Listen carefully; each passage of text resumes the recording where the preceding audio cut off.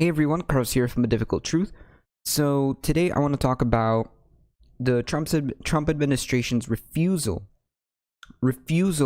to comply with any investigation, any request from Congress, and it's really beginning to kind of force the Democrats' hands into starting impeachment talks.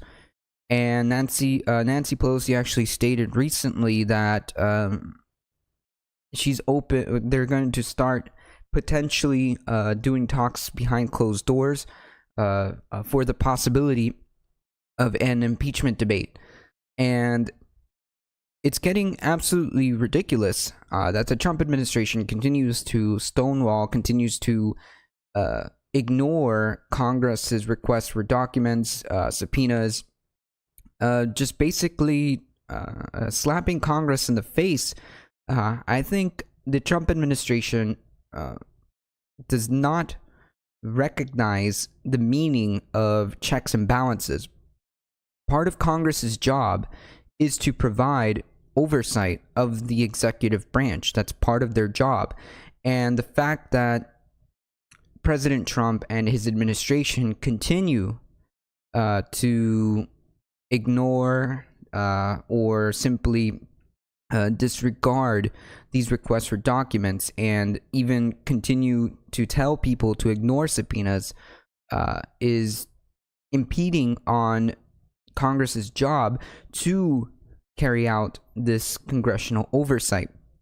And this is extremely disturbing, as it is hampering our democracy. The reason why we have three branches of government is so that each one can put a checks and balances on each other. If one branch is allowed to be too powerful, that creates a problem in our democracy. And right now, the Trump administration is basically diminishing the branch of Congress, and that's totally not okay. Senator Lindsey Graham actually told Don Jr. to ignore a subpoena. Don McGahn refused to appear in a congressional hearing. They still did the hearing without him, but they are definitely going to hold some of these people in contempt of Congress.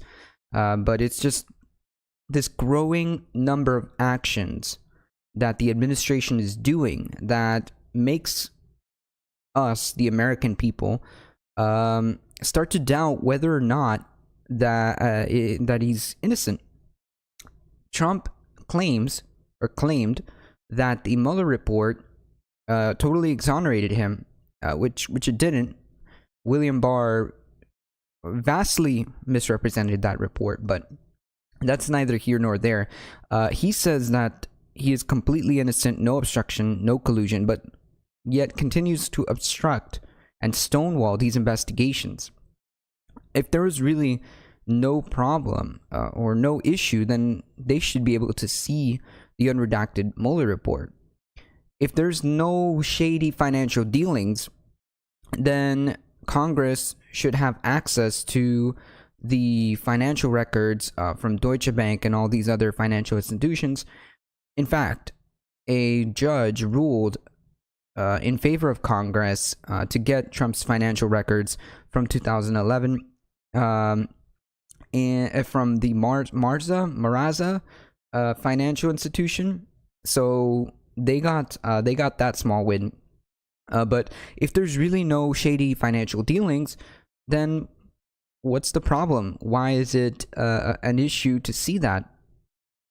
The thing is, if the Trump administration wanted to deliver a nuclear bomb to the Democratic Party, all they have to do is simply show the receipts, show the documents, and all this 2-year nonsense would be basically the downfall of the Democratic Party.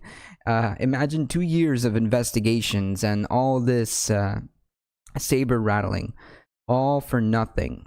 I mean, Democrats would be losing elections even way after Trump's term is done. So it would just make sense to drop the evidence of your innocence and just deliver this huge blow to your political opponents. In my opinion, if I was innocent, that's what I would do. I would fight this with evidence, not just with all this stonewalling and refusing to comply.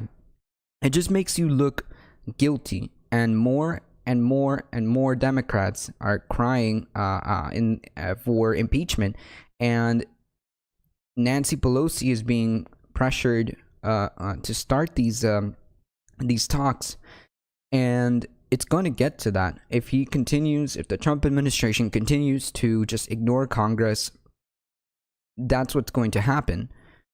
Now, granted, he is protected by his Republican buddies in the Senate, but that's not going to stop Congress from doing its job.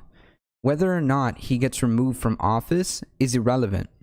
Congress, if these actions continue, Congress has the moral obligation to start impeachment and do these impeachment proceedings. Whether or not it does anything in the Senate, their job is to provide oversight and to provide consequences for the president. Because on one hand, you have to consider the political backlash if you go through with these impeachments.